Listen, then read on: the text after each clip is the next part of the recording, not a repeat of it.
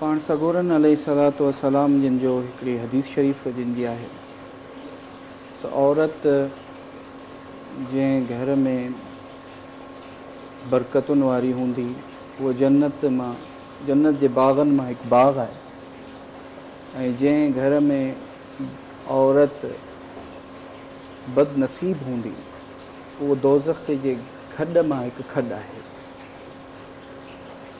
न्याणियूं त सभु न्याणियूं आहिनि, ईअं न आहे त सभु को बदनसीब आहे या पंहिंजे ज़ाती किरदारु पंहिंजे ज़ाती इख़लाक़ सां औरत सुञाती वेंदी आहे। अमा साईं जॾहिं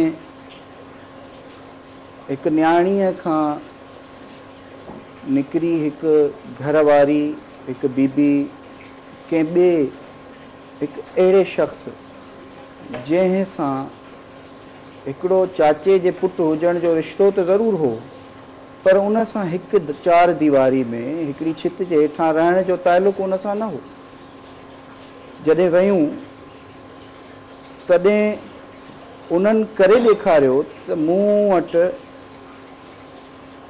औरतुनि जे हुकूक खे कीअं हलणु घुरिजे, औरत खे पंहिंजे घर वारे जे घर में कीअं रहणु घुरिजे। उन्हनि जे अवां इन में ई अंदाज़ो हणी सघो था त मौलाए काइनात हज़रत अली करमुल्लाह वजहो रज़ियल्लाहु अन्हु जिन फरमाइनि था त मूंखे ज़िंदगी सॼी में का अहिड़ी तकलीफ़ फ़ातिमा ॾिनी ई न आहे जंहिंजी आऊं शिकायत करे सघां। सुभान अल्लाह।